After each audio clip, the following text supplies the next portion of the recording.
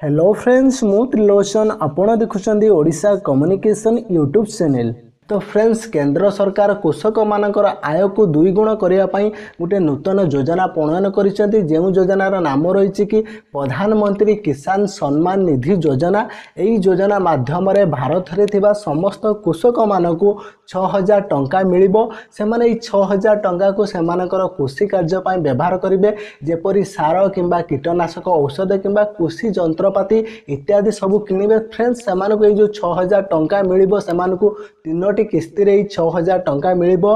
2000 2000 2000 एमिति तीनोटी किस्ती रे मिलिबो एवं भारत रे थिबा 12 कोटी कृषक मानकु ए योजना रे अंतर्गत करा जिवो एवं सेमानकु ए 6000 टंका लेखा मिलिबो। तो फ्रेंड्स आउ गोटे कथा कहि रखिबी, ए योजना रे आपनकर डिसेंबर 1 2018 रो आरंभ हो सारी। यही योजनाटा भारत वर्षर सबु स्टेट रे लागू हो 2022।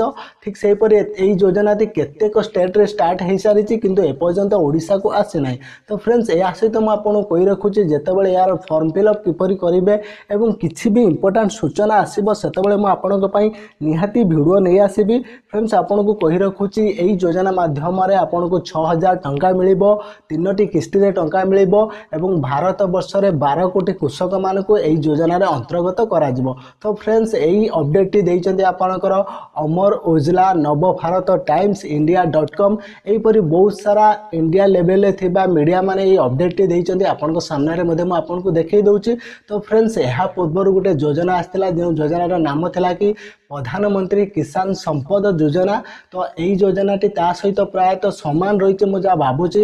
यदि आपण माने प्रधानमंत्री किसान संपद योजना विषय जानी ना तेबे मते कमेंट करंतु, मु निहाती भाव में से प्रधानमंत्री किसान संपद योजना पर गोटे वीडियो बनैबी।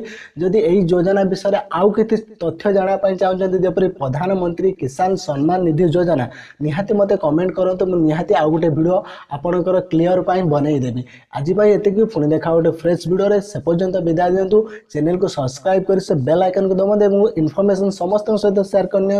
जय जगन्नाथ, जय ओडिशा।